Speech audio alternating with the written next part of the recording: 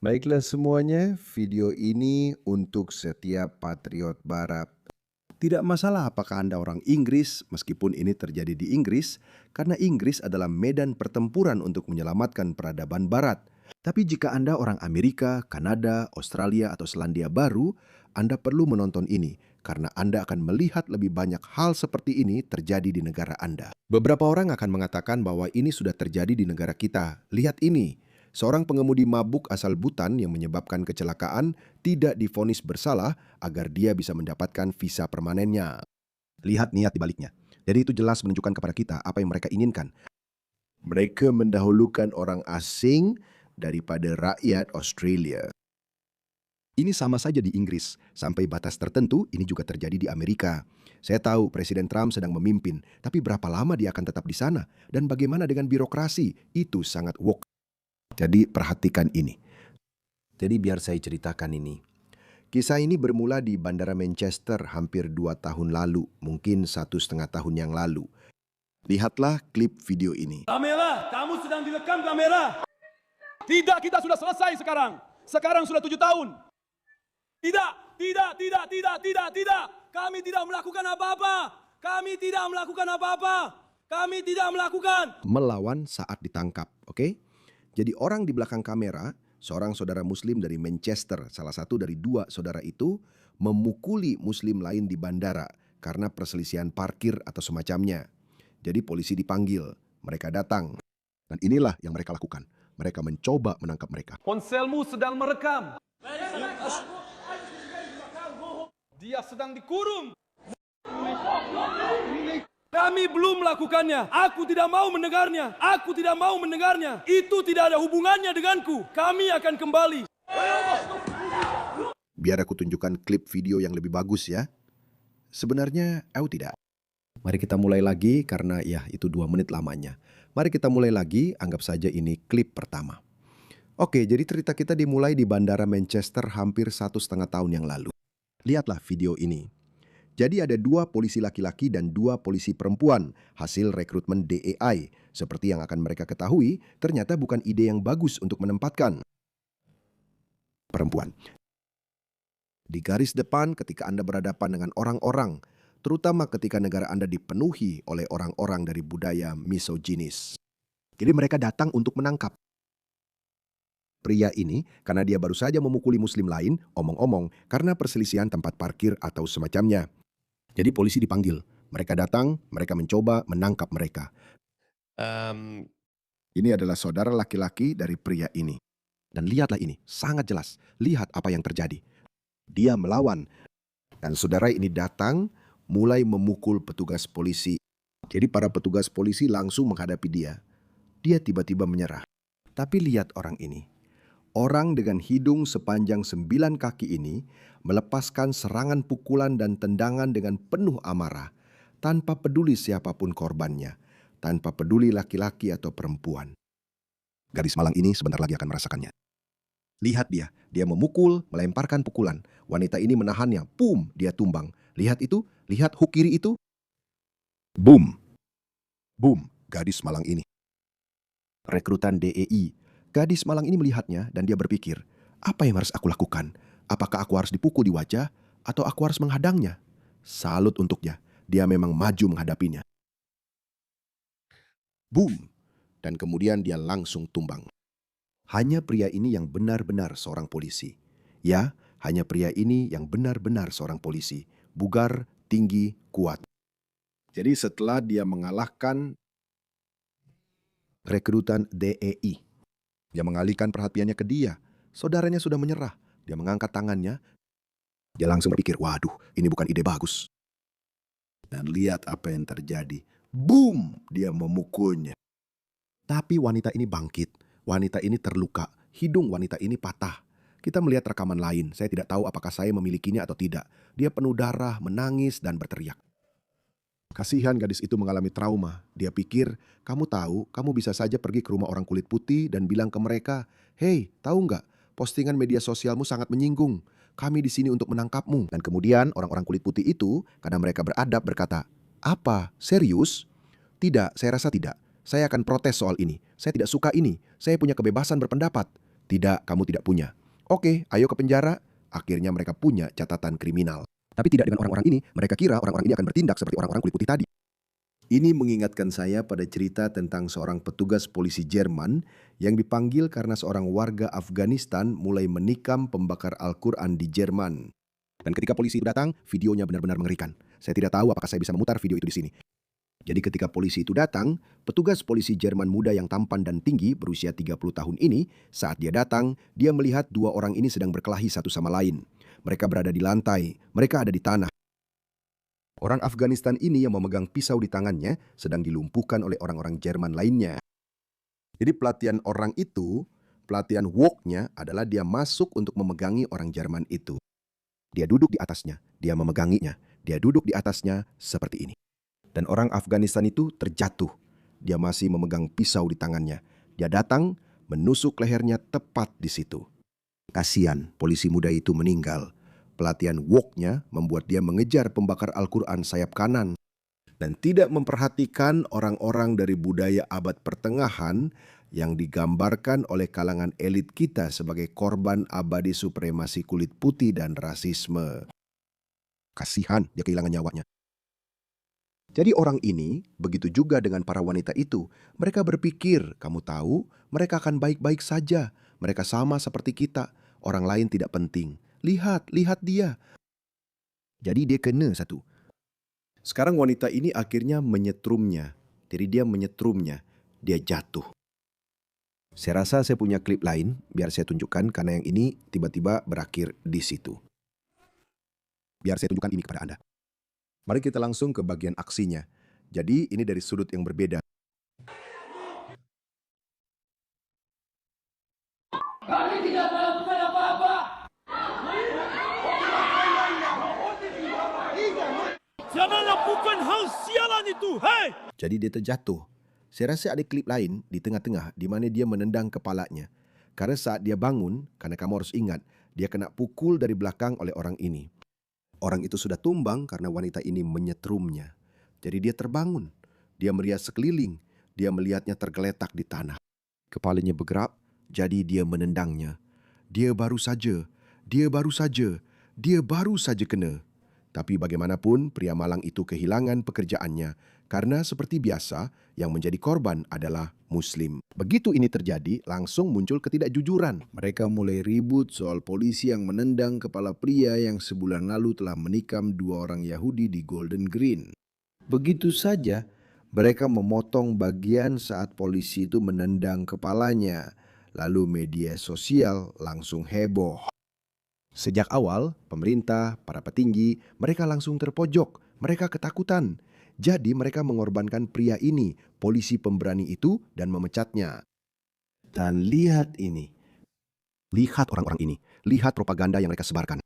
Tindakan segera terhadap semua petugas polisi yang terlibat dalam insiden di Bandara Manchester.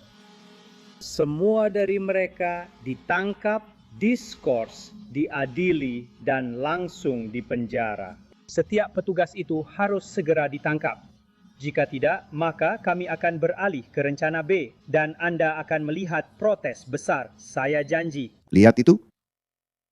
Apa kamu tidak bisa membenci pemerintah Inggris? Kamu tidak akan pernah cukup membenci pemerintah Inggris. Benar-benar tidak bisa. Lihat badut ini. Dia baru saja mengancam mereka. Protes. Tangkap setiap petugas yang sedang menjalankan tugas mereka. Ini adalah protes seperti yang belum pernah anda lihat sebelumnya. Dan mereka menyerah. Mereka menyerah pada ancaman-ancaman ini. Itu tidak berhenti di situ. Satu video lagi. Semuanya akan masuk akal. Jadi saya harus memberitahu Anda ini. Semuanya akan masuk akal bagi Anda. Dan ini akan segera terjadi di lingkungan Anda. Karena akhirnya setelah 2 tahun sidangnya telah digelar dan Anda akan mengetahui apa yang terjadi. Dan tidak ada kabar baik. Jadi 2 saudara ini ditangkap. Dan seperti yang dikatakan Umpa-Lumpa itu, kami akan protes. Mereka pergi ke depan kantor polisi dan mereka mengancam akan menghancurkannya. Menghancurkan tempat sialan ini. Ya, tidak masalah. 3. Tapi besok saya bilang sama kalian, kalau kita belum dapat keadilan, orang-orang brengsek ini bakal kena batunya. Halo brengsek! Halo brengsek! Halo brengsek, Amun! Halo! Jika kau di sini untuk keadilan, kenapa kau teriak Allahu Akbar? Jelas, ini masalah sektarian.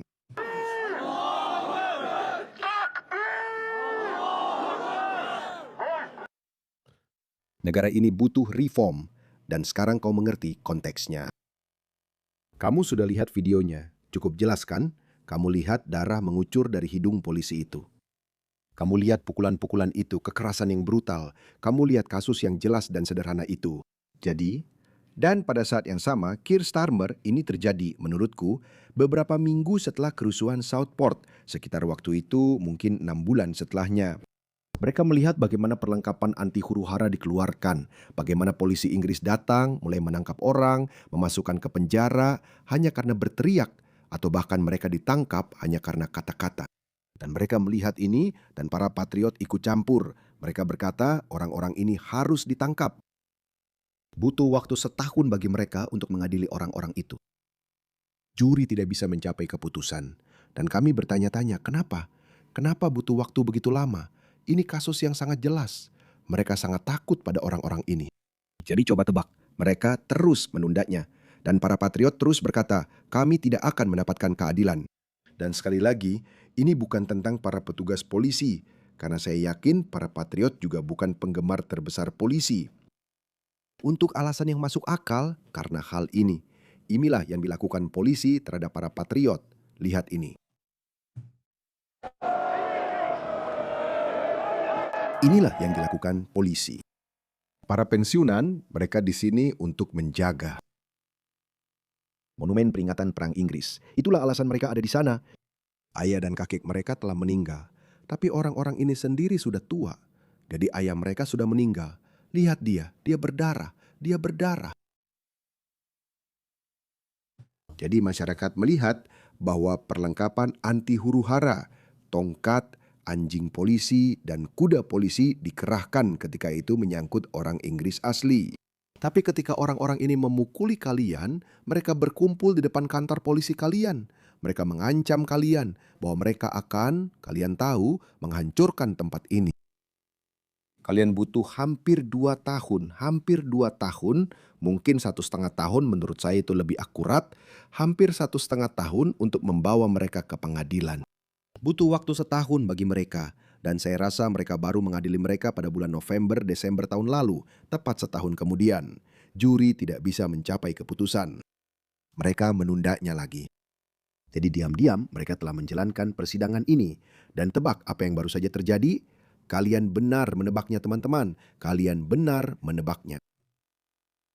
Setelah 20 jam pertimbangan oleh juri dalam persidangan ulang, jadi itu adalah persidangan ulang terhadap 2 saudara yang baru saja kalian lihat di Liverpool Crown Court. Pengadilan telah mengumumkan bahwa persidangan dihentikan setelah juri gagal mencapai keputusan apapun terkait serangan terhadap petugas polisi di Manchester. Kalian sudah melihat cuplikannya. Kalian melihat wanita itu berdarah dari hidungnya. Dan mereka mengatakan bahwa juri tidak bisa sepakat bahwa telah terjadi serangan terhadap petugas polisi. Jadi pria itu, Muhammad Faid Amas dengan hidung besar, dan Muhammad Ahmad, saudaranya yang berusia 26 tahun, sedang diadili ulang karena menyerang petugas polisi, termasuk PC Lydia Ward, gadis berambut merah dengan hidung patah itu. Itu dia PC Lydia Ward yang hidungnya patah setelah dipukul di wajah. Juri menonton video saat para petugas polisi diserang, tapi tetap tidak bisa sepakat apakah kedua saudara itu bersalah atau tidak. Kamu bisa membayangkan bagaimana perasaan para patriot. Kamu tidak harus menjadi seorang patriot. Kamu hanya perlu menjadi seseorang dengan otak yang berfungsi dengan baik. Bukankah begitu? Inilah mengapa kita menyebutnya polisi 2 tingkat, KIA 2 tingkat, sistem peradilan 2 tingkat. Satu sistem peradilan untuk orang Inggris asli dan satu lagi untuk kelas istimewa atau yang diistimewakan. Inilah juri, teman-teman. Inilah teorinya. Ya, saya tidak tahu apakah ini juri atau bukan, tapi pasti seperti itu. Bagaimana mungkin tidak? Bagaimana mungkin kamu melihat video itu dan mengatakan bahwa mereka tidak bersalah? Bagaimana? Dan itu bagus. Mari kita tonton video ini lagi. Mereka masuk, ini PC Lydia Ward yang malang. Dia menangkapnya. Boom, boom, pria ini langsung menyerang. Lihat, dia memukulnya. Dan lihat dia menendang. Pria ini benar-benar akan melayangkan pukulan. Dia tumbang. Dan dia berbalik ke pria itu. Boom, dia tumbang. Dan sekarang dia disetrum. Lihat, saat dia jatuh, itulah saat dia disetrum. Itu adalah rentetan pukulan. Berapa banyak orang bernama Muhammad di juri itu? Pertanyaan yang bagus. Partai memberitahumu. Untuk menolak bukti, mata dan telingamu. Itu adalah perintah terakhir yang paling penting, George Orwell. Lihat ini, aku tidak menganjurkan ini, teman-teman. Kekerasan politik bukanlah solusi. Kekerasan politik bukan solusi. Tapi inilah yang terjadi. Sejarah penuh dengan hal itu. Pada akhirnya, kekerasan politik selalu muncul setiap 50, 60, 70 tahun atau lebih. 70 tahun terakhir ini, era perdamaian pasca Perang Dunia Kedua, hanya bisa berlangsung selama itu karena saya pikir ada sesuatu yang melekat dalam diri manusia, dalam masyarakat manusia, bahwa mereka membutuhkan sebuah riset. Dan saya pikir kita sedang menuju ke arah riset itu. Rasa takut akan pembalasan adalah satu-satunya jawaban yang masuk akal untuk juri yang gagal mencapai putusan ini. Britania Raya sudah hilang, Britania Raya sudah tamat. Jika Anda tidak bisa menghukum kejahatan berat yang jelas, berarti Anda tidak punya sistem peradilan. Mereka benar-benar lelucon. Kegagalan peradilan seperti ini sudah biasa di zaman Taliban seperti sekarang. Sebuah penyerangan brutal terhadap polisi terekam kamera, namun sistem peradilan Britania Raya benar-benar runtuh. Kenapa wanita-wanita jahat itu menyerang tangan pria malang itu dengan wajah mereka? Ya, seperti itulah. Petugas polisi, apakah itu cara kalian ingin diperlakukan? Petugas polisi sekarang ketakutan. Ingat insiden George Floyd? Saya dengar bahkan di Amerika, petugas polisi pun ketakutan. Tapi setidaknya ada rekaman kamera badan. Apa gunanya rekaman kamera badan ini? Apa gunanya rekaman apapun jika penyerangan yang jelas pun tetap tidak akan memberimu keadilan? Saya tidak tahu, teman-teman, dan pokoknya saya sudah tunjukkan bahwa ini juga terjadi di Australia. Kita mulai melihat adanya peradilan dua kelas di Australia, penegakan hukum dua kelas di Australia. Saya tidak tahu tentang Amerika. Saya rasa Kanada cukup woke. Keadaan benar-benar semakin putus asa, teman-teman. Tapi ini bukan saatnya untuk kehilangan harapan. Justru sekarang adalah saatnya untuk semakin bersatu. Orang-orang yang memimpin ini, mereka tidak akan berada di sana selamanya. Sebanyak apapun kita bisa mengeluhkan sistem politik kita, sistem peradilan kita, dan para elit politik kita masih punya satu hal yang berpihak pada kita, yang tidak dimiliki oleh orang Korea Utara, Rusia, dan Tiongkok. Kita masih punya demokrasi kita.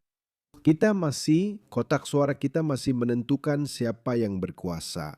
Dan untungnya ada cukup banyak kekosongan yang diciptakan oleh para politisi gila ini, sehingga suara sayap kanan bisa masuk, pulihkan dan majukan Inggris, dan lakukan reformasi.